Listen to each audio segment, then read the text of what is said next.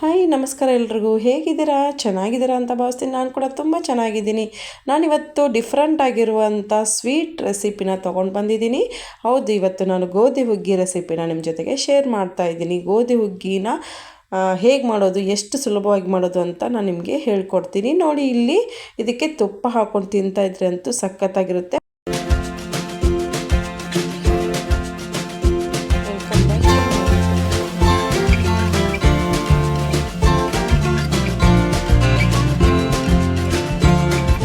ನನ್ನ ಚಾನಲ್ಗೆ ನೀವು ಇನ್ನೂ ಹೊಸದಾಗಿ ನೋಡ್ತಾ ಇದ್ದರೆ ಪ್ಲೀಸ್ ಸಬ್ಸ್ಕ್ರೈಬ್ ಮಾಡ್ಕೊಳ್ಳಿ, ಬೆಲ್ ಐಕಾನ್ನ ಪ್ರೆಸ್ ಮಾಡಿ ನೋಟಿಫಿಕೇಷನ್ ಆನ್ ಮಾಡ್ಕೊಳ್ಳಿ. ನಾನು ಹಾಕೋ ವಿಡಿಯೋಸ್ ಎಲ್ಲ ಬರುತ್ತೆ. ಹಾಗಿದ್ರೆ ಮಾಡೋದು ಹೇಗೆ ಅಂತ ನೋಡೋಣ ಬನ್ನಿ. ನೋಡಿ, ಇಲ್ಲಿ ರಾತ್ರಿ ನಾನು ಈ ಗೋಧಿನ ನೀರಲ್ಲಿ ನೆನೆ ಹಾಕಿಬಿಟ್ಟು ಇಟ್ಟಿದ್ದೆ. ಮತ್ತು ಸ್ವಲ್ಪ ಕಡಲೆಬೇಳೆ ಮತ್ತು ಅಕ್ಕಿ ಕೂಡ ನೆನೆ ಹಾಕಿ ಇಟ್ಟಿದ್ದೆ. ಇದನ್ನು ಇವಾಗ ಸ್ವಲ್ಪ ಕ್ಲೀನಾಗಿ ತೊಳಿತಾ ಇದ್ದೀನಿ. ನಾನು ನೆನೆ ಹಾಕಬೇಕಾದ್ರೂ 2 ಸರಿ ತೊಳೆದ್ಬಿಟ್ಟು ನೆನೆ ಹಾಕಿದ್ದೆ. ಇವಾಗೂ ಕೂಡ ಸ್ವಲ್ಪ ಇದನ್ನು ನೀರನ್ನ ತೆಗಿತಾ ಇದ್ದೀನಿ. ನೋಡಿ, ಈ ಥರ ಇದನ್ನು ಗೋಧಿನ ನೀರು ತೆಗೆದ್ಬಿಟ್ಟು ಒಂದು ಸೈಡ್ಗೆ ಇಟ್ಕೋಬೇಕಾಗತ್ತೆ. ಇದನ್ನು ಅಂದರೆ ಸ್ವಲ್ಪ ಇದು ಒಣಗಬೇಕು, ಅಂದರೆ ಇದು ಸ್ವಲ್ಪ ಆರಬೇಕು, ನೀರೆಲ್ಲ ಫುಲ್ ಹೋಗಬೇಕು. ಆದಮೇಲೆ ಇದಕ್ಕೆ ನಾನು ಸ್ವಲ್ಪ ಈಗ ಮಿಕ್ಸಿ ಜಾರ್ಗೆ ಹಾಕ್ತಾಯಿದ್ದೀನಿ. ನೋಡಿ, ಮಿಕ್ಸಿ ಜಾರ್ಗೆ ಇದನ್ನು ಹಾಕ್ತಾಯಿದ್ದೀನಿ. ಇವಾಗ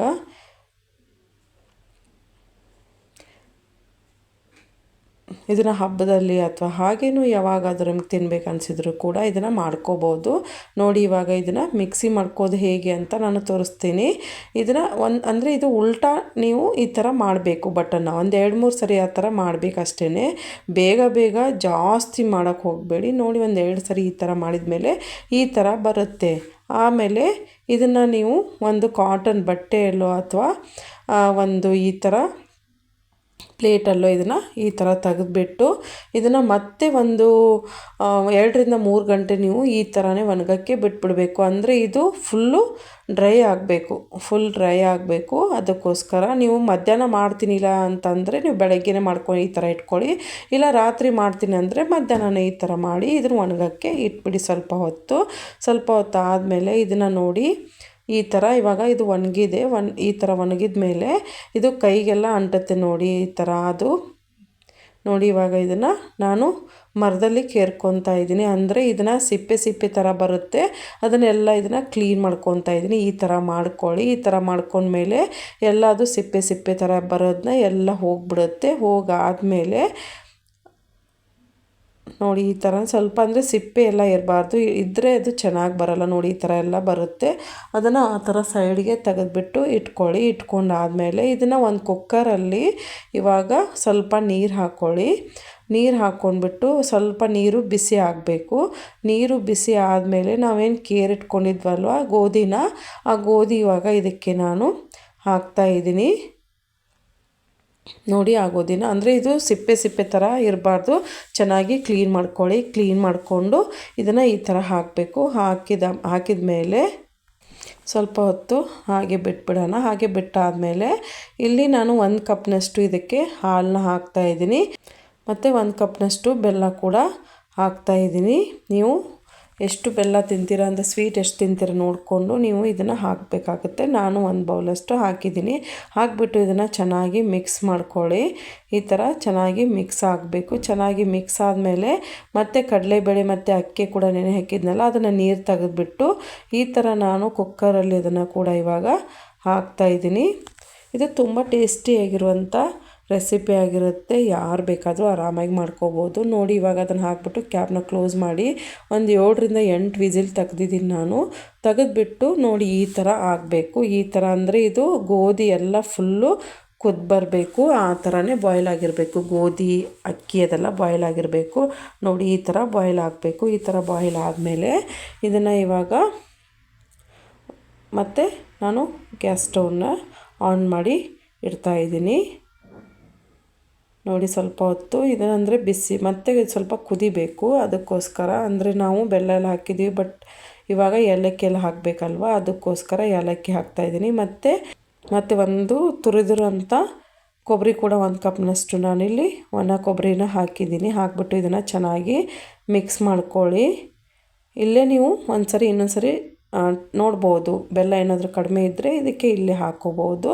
ಇವಾಗ ನೋಡಿ ಈ ಥರ ಬಾಯ್ಲ್ ಆಗಬೇಕು. ಬಾಯ್ಲ್ ಆಗೋ ಟೈಮಲ್ಲಿ ನಾನು ಅದನ್ನು ಹಾಗೆ ಬಾಯ್ಲ್ ಆಗಕ್ಕೆ ಬಿಟ್ಬಿಟ್ಟು ಮತ್ತೆ ಸೈಡಿಗೆ ಇನ್ನೊಂದು ಫ್ಯಾನ್ ತೊಗೊಂಡಿದ್ದೀನಿ. ಮತ್ತು ಇದಕ್ಕೆ ಸ್ವಲ್ಪ ತುಪ್ಪನೂ ಹಾಕ್ಕೊಂಡಿದ್ದೀನಿ ನಾನು.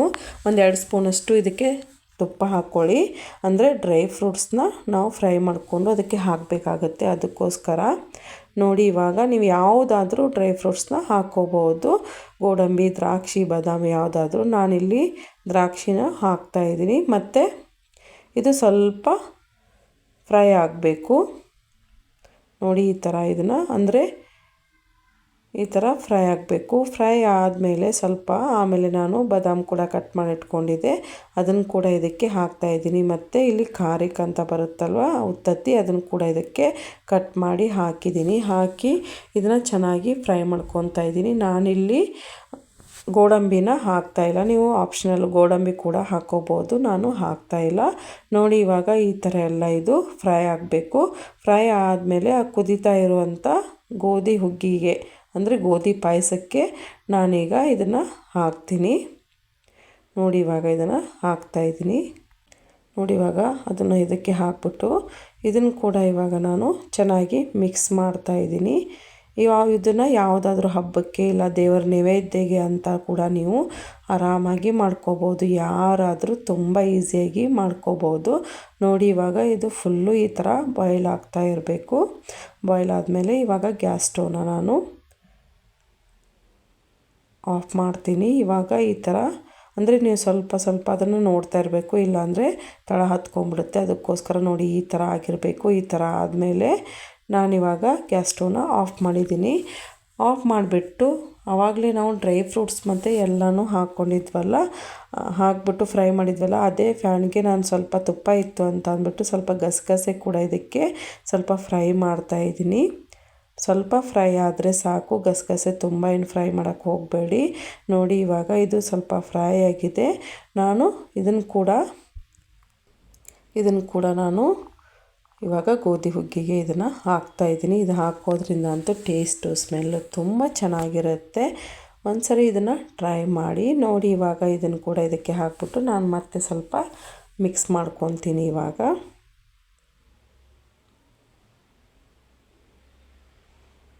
ನೋಡಿ ಇದನ್ನು ಸ್ವಲ್ಪ ಮಿಕ್ಸ್ ಮಾಡ್ಕೊತಾ ಇದ್ದೀನಿ.